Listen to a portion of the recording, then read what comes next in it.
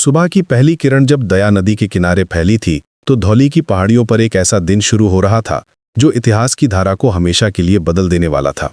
ये था 261 ईसा पूर्व का वो दिन जब मौर्य सम्राट अशोक कलिंग युद्ध के मैदान में खड़ा था।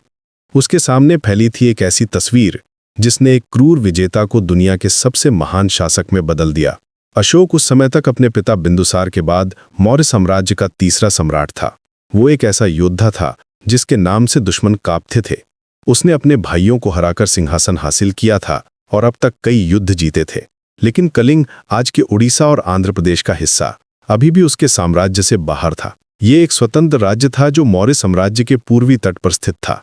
कलिंग का युद्ध सिर्फ एक राजनीतिक जीत नहीं था, यह अशोक के लिए व्यक्तिगत गर्व का मामला भी था। कलिंग के लोग बहादुर थे और उन्होंने कभी किसी बाहरी शक्ति के सामने घुटने नहीं टेके थे। जब अशोक की विशाल सेना धौली की पहाड़ियों पर पहुंची तो कलिंग के योद्धा भी तैयार थे। वे जानते थे कि ये उनकी आज़ादी की आखिरी लड़ाई हो सकती है। युद्ध शुरू हुआ तो जैसे धरती कांप उठी। हाथियों की चिंगाड़, घोड़ों की हिनहिनाहट और तलवारों की खनक से पूरा माहौल गूंज उठा। अशोक की सेना में लाखों सैनिक थे, जबकि कलिंग के पास अपनी मातृभूमि की रक्षा का जुनून था। लड़ाई कई दिनों तक चली। दया नदी का पानी लाल हो गया था। हर तरफ सिर्फ मौत का तांडव दिखाई दे रहा था। जब युद्ध समाप्त हुआ तो अशोक विजयी था, लेकिन ये जीत उसके लिए कोई खुशी नहीं लाई। उसके सामने फैला था एक ऐसा मंजर जिसे देखकर उसका दिल दहल गया। 1 लाख से ज्यादा लोग मारे गए थे, 1.5 लाख लोगों को बंदी बनाया गया था और इससे भी ज्यादा लोग बीमारी और भुखमरी से मर गए थे। पूरे कलिंग में सिर्फ विनाश और तबाही का मंजर था। अशोक अपने शिविर में बैठा था जब उसे एहसास हुआ कि उसने क्या किया है।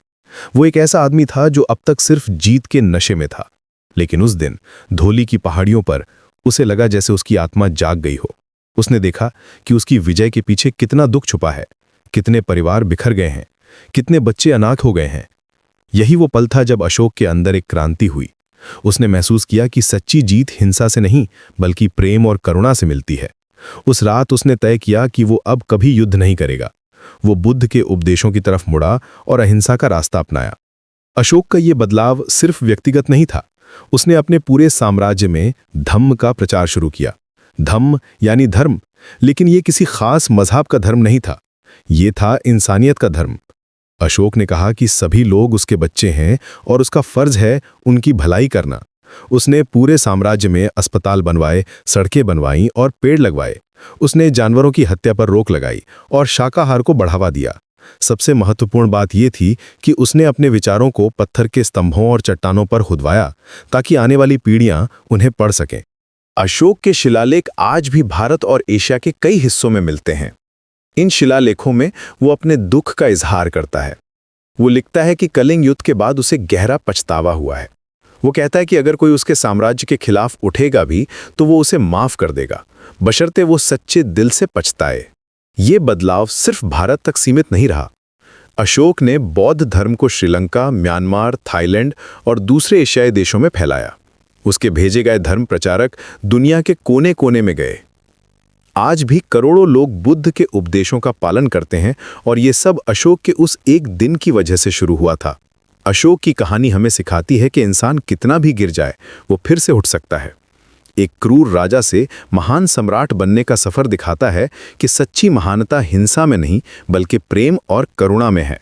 आज भी जब हम भारत का राष्ट्रीय चिन्ह देखते हैं तो वो अशोक के सिंह स्तंभ से लिया गया है। उसका सत्यमेव जयते का संदेश आज भी हमारा मार्गदर्शन करता है। धौली की उस सुबह से शुरू हुई अशोक की यात्रा ने दुनिया को दिखाया कि एक दिन कैसे पूरे इतिहास को बदल सकता है। कलिंग युद्ध के उस खूनी मैदान से निकला अशोक का संदेश आज भी उतना ही प्रासंगिक है। वो संदेश है कि सच्ची जीत वही है जो दिलों को जीते, ना कि सिर्फ जमीन को।